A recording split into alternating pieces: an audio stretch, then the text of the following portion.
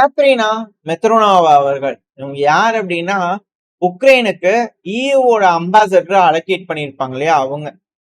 ரொம்ப எமோஷனலா கும்மிரி பாத்தீங்கன்னா சோசியல் மீடியால ஒரு போஸ்ட் போட்டிருக்கிறாங்க.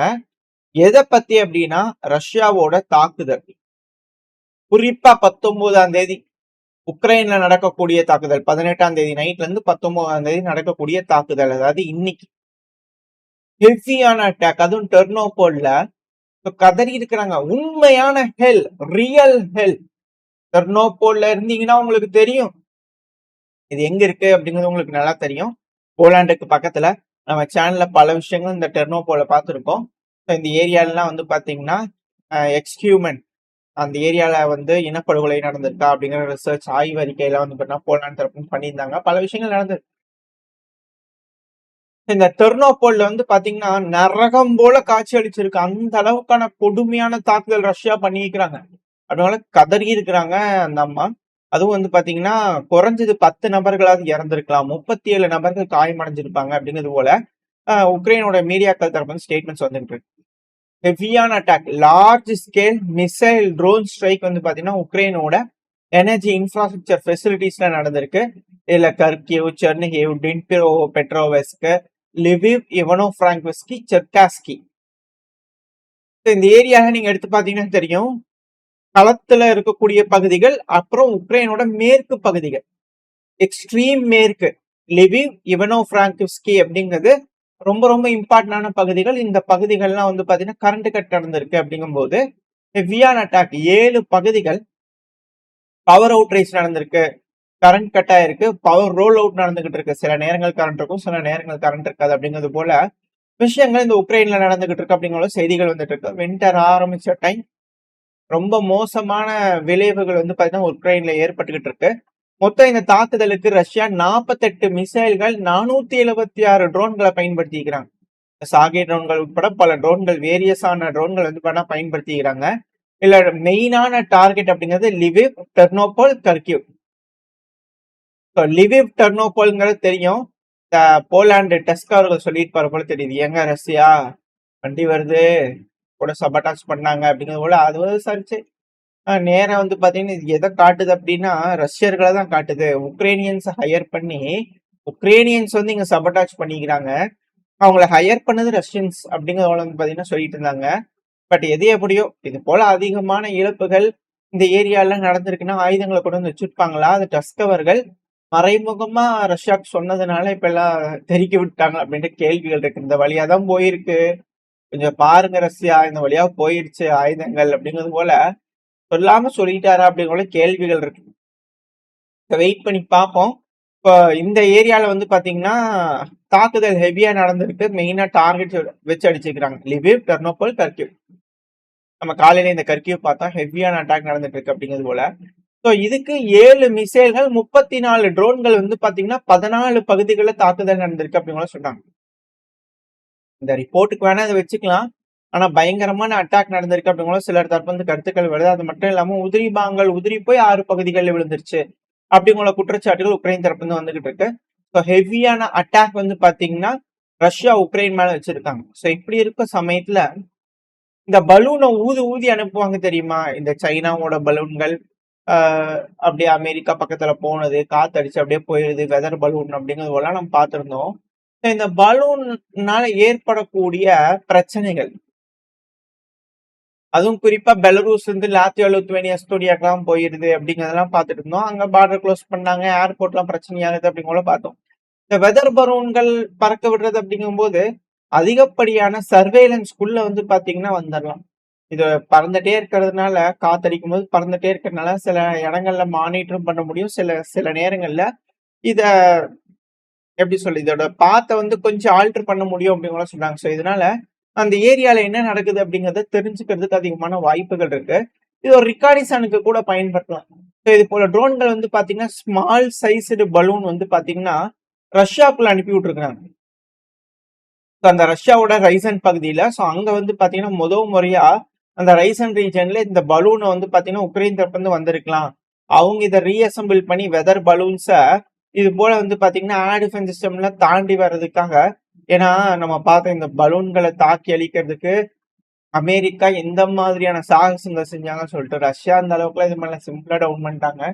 பட் இருந்தாலும் இது போல விஷயங்கள் வர்றதுனால ஜிபிஎஸ் ட்ராக்கர்ஸ், 2வது எலக்ட்ரானிக் சிஸ்டம்ஸ்லாம் அதுல இருக்கலாம், வச்சிருந்திருக்கலாம். வெதரை ட்ராக் பண்ணுன்னு சொல்லி இந்த பலூன்லாம் ரஷ்யாக்குள்ள வருது அப்படின்னா, இந்த லாங் ரேஞ்ச் ஸ்ட்ரைக் பண்றதுக்கு இது கைடன்ஸ் கொடுக்கறதுக்கு அதிக அளவுல வாய்ப்பு இருக்கு. இந்த பலூன்கள்னால யூசேஜ் வந்து பார்த்தீங்கன்னா உக்ரைனுக்கு இருக்கலாம் அப்படிங்கலாம் சொன்னாங்க. ஸோ ஒரு வெறும் பலூன், வெதர் பலூனு அது வந்து பாத்தீங்கன்னா எந்த அளவுக்கு பிரச்சனைகளை ஏற்படுத்திருப்பாங்க. ஸோ இது போல பல கன்னி வெடிகளையும் கொண்டு வந்து அங்கேயும் இங்கேயும் போட்டு போயிடலாம். இது போல வெதர் பலூன் அப்படிங்கிறது போல குற்றச்சாட்டுகள் வந்துகிட்டு இருக்கு ரஷ்ய தரப்பு இருந்து. ஸோ பல்வேறு விஷயங்களுக்கு இந்த பலூன்ஸை யூஸ் பண்ணலாம். டவுன் பண்றதுங்கிறது கொஞ்சம் சிக்கல் தான். இருந்தாலும் இந்த பலூன் டெக்னாலஜி பெருமளவுல பேசப்பட்டு ஸோ இது போல விஷயங்கள் ரஷ்யாக்குள்ளேயும் நடக்குது. உக்ரைன் அட்டாக் பண்ணிட்டு தான் இருக்கிறாங்க. பட் அதனால என்ன இழப்புகள்னா ஆயில், எனர்ஜி இன்ஃப்ராஸ்ட்ரக்சர், இதனால ரஷ்யாவோட வருமானத்தை குறைக்க முடியுமான்னு தான் உக்ரைன் பாக்குறாங்களே தவிர, இதனால களத்துல எந்த ஒரு விஷயமும் ஏதாவது கிடைக்குது அப்படின்னா உக்ரைனுக்கு கிடையாது. ஆனா இப்ப திரும்பவும் ரஷ்ய தரப்புல இருந்து வீடியோக்கள் வர ஆரம்பிச்சிருச்சு. அசஸ் பண்ணிட்டு இருக்காங்க. ரஷ்யன் ஆர்ம்டு ஃபோர்ஸ் வந்து பாத்தீங்கன்னா சிவர்ஸ்கோட தெற்கு பகுதிகளுக்குள்ள ஊடுருவ ஆரம்பிச்சிட்டாங்க. அதுக்கான வீடியோ பதிவுகள் வர ஆரம்பிச்சிருச்சு. Battle of சிவர்ஸ் அபிஷியலா தொடங்கிடுச்சு. சிவர்ஸ் கூட தெற்கு பகுதிகளில் ரஷ்யாவோட கட்டுப்பாட்டுக்குள்ள வர ஆரம்பிச்சிருச்சு அப்படிங்கிறத புரிஞ்சுக்கலாம் இந்த வீடியோ வச்சு பார்க்கும்போது. இதுக்கப்புறம் ஏதாவது அப்டேட்ஸ் வந்துச்சுன்னா அடுத்தது போல பார்க்க ஆரம்பிக்கலாம். அதுக்காக அந்த பகுதிகள் ஃபுல்லா பிடிச்சிட்டாங்கன்னு அர்த்தம் கிடையாது. ஃபர்ஸ்ட் அட்டெம்ப்ட் உள்ள வந்து பார்த்தீங்கன்னா ரேம் பண்ண ஆரம்பிச்சிருக்காங்க. இதுக்கப்புறம் என்ன மாதிரி ஒரு ரெசிஸ்டன்ஸ் உக்ரைன் கிட்ட இருக்க போகுதுன்னு பார்க்கலாம். ஏன்னா இது மிக முக்கியமான ஒரு பகுதி. இது உடையுது அப்படின்னா கிரமட்டாஸ் ஸ்லோவியான்ஸ் கூட ஒரு சைடு செவுரு உடஞ்சிருச்சுன்னு வச்சுக்கோங்களேன். அந்த மாதிரி ஒரு கோட்டையோட ஒரு செவுரு, தடுப்பு சுவர் உடஞ்சிருச்சு அப்படிங்கிற போல நம்ம வச்சுக்கலாம். ஏன்னா அவ்வளவு முக்கியமான ஒரு பகுதி சிவர்ஸ். அந்த சிவர்ஸ்குள்ள என்டர் ஆக ஆரம்பிச்சிட்டாங்க ரஷ்யா. இப்படி இருக்க சமயத்துலதான் அமெரிக்காவோட அதிபரான டொனால்டு ட்ரம்ப் அவர்களோட அரசாங்கம் ரகசியமா வந்து பாத்தீங்கன்னா ரஷ்யா கிட்ட குசுன்னு பேசிட்டு இருக்கிறாங்களா. எங்க இந்த பிரச்சனையை முடிச்சுக்கலாமா, உங்களுக்கு என்ன மாதிரி முடிச்சுக்கலாம் சொல்லுங்க அப்படிங்கிறது போல ட்ரம்ப் அவர்களோட அரசாங்கம் வந்து பார்த்தா ரஷ்யா கிட்ட குசுன்னு பேசிட்டு இருக்கிறாங்க இந்த பிரச்சனையை முடிக்கிறதுக்கு அப்படிங்கிறது போல செய்திகள் கசிஞ்சுக்கிட்டு இருக்கு. ஏன்னா வரக்கூடிய விஷயங்கள்லாம் வச்சு பார்க்கும்போது அப்படிதானா அப்படிங்கிற கேள்விகள் இருக்கு. ஏன்னா சர்வன்ட் ஆஃப் த பீப்புள் இந்த கட்சி தான் இப்ப உக்ரைன்ல ஆட்சி ஆண்டுகிட்டு இருக்கு. அதோட எம்பி ஃபெதர் வெர்ஷெங்கோ அவர்கள், பேர் கொஞ்சம் கரெக்டா வெர்ஷிக்ஸ்கி அவர்கள் நினைக்கிறேன். இவர் யார் அப்படின்னா, அதாவது இவர் ஒரு எம்பி, மக்களால் தேர்ந்தெடுக்கக்கூடிய ஒரு நபர் தான். அந்த ஜெலன்ஸ்கி அவர்களோட கட்சி தான். இவர் என்ன பண்ணிக்கிறாருன்னா, யமார்க் அவர்கள் ரிசைன் பண்ண வைங்க அதிபரே, ஊழல் குற்றச்சாட்டுகள் அவர் மேல இருக்க ஆதாரங்கள் வர ஆரம்பிச்சிருக்கு. அதான் அலிபாபாக்கு ஒரு $4 கொடுத்துருங்களேன் அப்படிங்கிறத பேசுறாங்க இல்லையா. ஸோ அந்த அலிபாபா எம்ஆர்க் அவர்கள் தானா அப்படிங்கிறது போல கண்டுபிடிச்சிட்டாங்க போல தெரியுது. ஸோ இம்மீடியட்டா அதெல்லாம் ஏதாவது சொன்னாங்கன்னா பிரச்சனையாயிரும் இல்லையா. ஸோ அதனால வந்து பாத்தீங்கன்னா எம்ஆர்க் அவர்கள் மேல இன்னும் அக்வசேஷன் வரல, வெயிட் பண்ணி பார்த்துக்கிட்டு இருக்காங்க.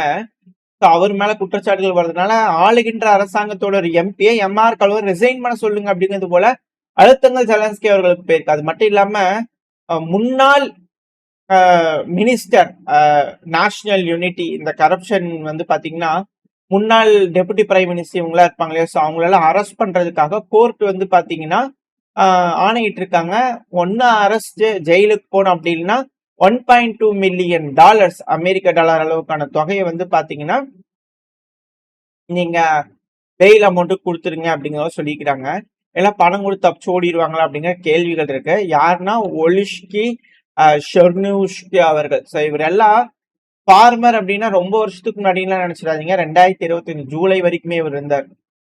இது போல நபர்கள்லாம் வந்து பாத்தீங்கன்னா அடிசல் தான்.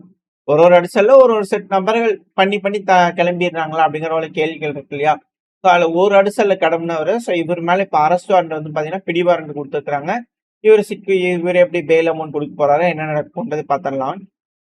இப்ப மெயினான விஷயம் என்னன்னா ஜெலன்ஸ்கி அவர்கள்.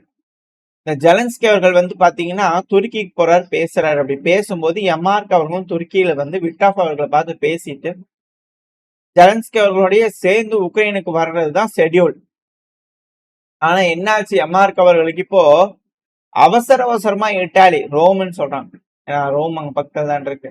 ஸோ அங்க ரோம்ல வந்து பாத்தீங்கன்னா ஒரு மிக முக்கியமான ஒரு மீட்டிங் நடக்க இருக்கு. ஸோ அதனால நாங்க போயிட்டு வந்துடுறேன் தலைவரே, இந்த துருக்கியிலிருந்து உங்களோட வர முடியாது போல தெரியுது, நான் கொஞ்சம் வேலை ஜோலியா இருக்கிற முடிச்சுட்டு வந்துடுறேன், நம்ம நாட்டு நல்லதுக்காக அங்க போய் ஒரு எட்டு பார்த்துட்டு வந்துடுறேன் அப்படிங்கிற ஜெலன்ஸ்கி சொல்லிட்டு அவர் கிளம்புறாரு அப்படிங்கிற சொன்னாங்க. ஸோ எமார்க் அவர்கள் மேல குற்றச்சாட்டுகள் இருக்கு, ரிசைன் பண்ணணும்னு ஆளுகின்ற எம்பி சொல்றாரு. 2வது அவர் மேல ஊழல் குற்றச்சாட்டுகள் இருக்கு. இப்படி இருக்கும்போது அவரு வெளிநாட்டுகள்ல சுற்றுப்பயணம் மேற்கொண்டுட்டு இருக்காரே, உள்நாட்டுக்கு வருவாரா அப்படிங்கிற கேள்விகள் இருக்கு. வரமாட்டேன்னு சொல்லி தான் தப்பிச்சு ஓடுறாரு அப்படிங்கிறத வந்து பார்த்தா செய்திகள்லாம் வந்துகிட்டு இருக்கு. ஸோ வெயிட் பண்ணி பார்ப்போம். எமார்க் அவர்கள் வந்தாருன்னா பரவாயில்ல, இல்ல ருஸ்டம் உமர் அவர்கள் மாதிரி அமெரிக்கா செட்டில் ஆகிற மாதிரி இவர் வேற எங்கேயாவது போய் செட்டில் ஆயிடுவாரா, என்ன நடக்குமோன்னு தெரியல. இன்னும் சில நாட்கள் நவம்பர் 20 ரிட்டர்ன் ஆகல அப்படின்னா நம்ம முடிவு பண்ணிக்கலாம். ஓகே, அப்ஸ்காண்ட் ஆயிட்டாரு அப்படிங்கிற வச்சுக்கலாம். பேசிய பேச்சுக்கள் அவ்வளவு. இது போல ஊழல் குற்றச்சாட்டுகள் பெருமளவுல ஆளுகின்ற அரசாங்கத்துக்கு எகெயின்ஸ்டா வரும்போது எல்லாரும் வந்து பாருங்க இது ரஷ்யா மாடலுங்க, அதனால ஊழல் நடந்துருச்சு அப்படிங்கிற சொல்லுவாங்க. ஆண்டுட்டு இருக்கிறது யாருங்க அப்படிங்கிற கேள்விதான் வரும். பட் இருந்தாலும் பரவாயில்ல.